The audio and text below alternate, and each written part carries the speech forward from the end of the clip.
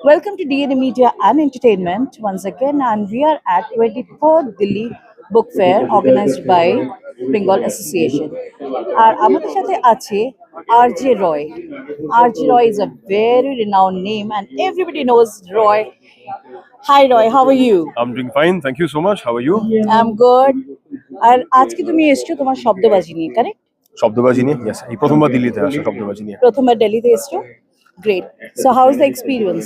এখন তো তোমার হয়নি। না এখনো নাও বাট মানে দিল্লি আমার ছোটবেলার শহর। আমার জন্ম দিল্লিতে, আমার বড় হয়ে ওঠা সিআর পার্কে, যে মাঠে দাঁড়িয়ে রয়েছি। আমাদের রাইসনা বেঙ্গলি স্কুল ক্লাস 4 পর্যন্ত এখানে পড়েছিলাম। ফলে 37 বছর পরে যখন আমি দিল্লিতে এলাম বা স্কুলের মাঠে এলাম, মানে মারাত্মক শখ খাওয়া বা নস্টালজিয়ার একটা প্রচন্ড ভাবে। এবং গতকাল আমি সিআর পার্কের আমার যে পাড়াগুলো সি ব্লক ডি ব্লক আমি ঘুরে বেরিয়েছি। আজকে সেগুলো আমার মাথার মধ্যে একটা বাজির মতো ফেটেছে, মানে আমার ছোটবেলার স্মৃতির সঙ্গে এখনকার ছবি ইত্যাদি ম্যাচ করাতে গিয়ে আজকে একটা শব্দবাজি ফাটবে আশা করি। এবং দিল্লিতে প্রথমবার ফলে আমিও প্রচন্ড উৎসাহী, এক্সাইটেড।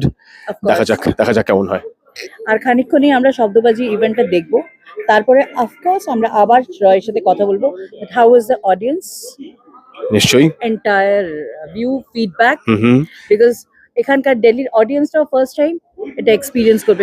আমিও তাই জানি, কারণ যারা এমনিতে আমাদের ফেসবুক পেজ ফলো করেন, দিল্লি থেকে অনেকেই রয়েছেন, তারা অনেকবারই আমাদের পেজে খেলে বলেছেন দিল্লিতে এসো, দিল্লিতে সামনে থেকে দেখতে চাই খেলা। তো যোগাযোগ হচ্ছিল না, তারপরে সৌরাংশু আমার বন্ধু, ওর মাধ্যমে অবশেষে আমি এখানে এসেছি। তো তাদের মধ্যে কয়েকজন আজকে আসবেন। অনেক বাঙালি আছেন যারা কখনো শব্দবাজি দেখেননি, তারা দেখবেন। আশা করছি ভালোভাবে মগজে ফাটবে।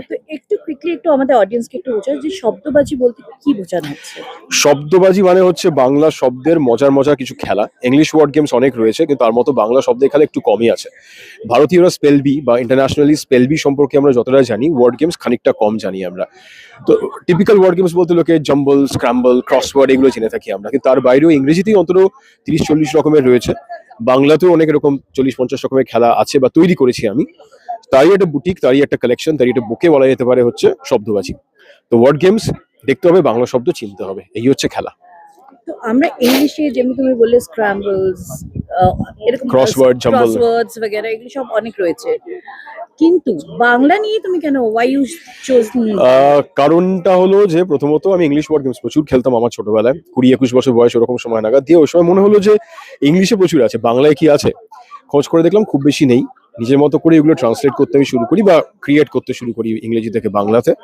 করতে করতে নেশার মতো ধরে যায়। এই মাঝে মাঝে নতুন খেলা নিয়ে ভাবনা চিন্তা করছি, খেলাগুলো তৈরি করে বন্ধুদের আত্মীয়দের খেলাচ্ছি, তাদের ভালো লাগছে। এবং এই করতে করতে কলকাতা বই মেলায়, বা তার আগে আমার নিজের রেডিও শো থেকে শুরু করা 2010-এ, তো কলকাতা বইমেলায় যখন খেলালাম লাইভ অডিয়েন্সের সামনে, তখন বুঝলাম এর ম্যাজিকটা।